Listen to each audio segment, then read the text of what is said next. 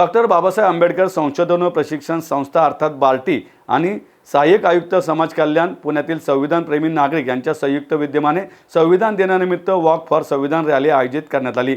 या रॅलीचे उद्घाटन विभागीय आयुक्त डॉक्टर चंद्रकांत पुलकुंडवार यांच्या हस्ते करण्यात आलं।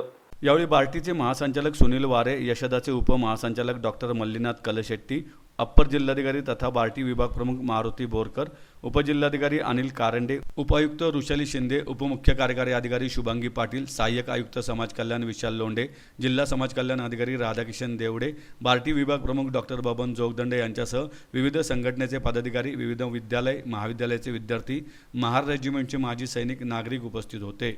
यावेळी महामानव भारतरत्न डॉक्टर बाबासाहेब आंबेडकर आणि भारतीय संविधानाच्या प्रास्ताविकेच्या प्रतिमेस डॉक्टर पुलकुंडवार आणि श्री वारे यांच्या हस्ते पुष्पहार अर्पण करून अभिवादन करण्यात आले। तसेच भारतीय संविधानाच्या प्रास्ताविकेचे सामूहिक वाचन करण्यात आले।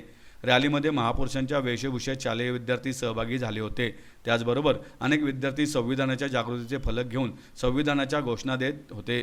ढोल ताशाच्या गजरामध्ये व लेझिम पथकाच्या निनादामध्ये ही रॅली काढण्यात आली।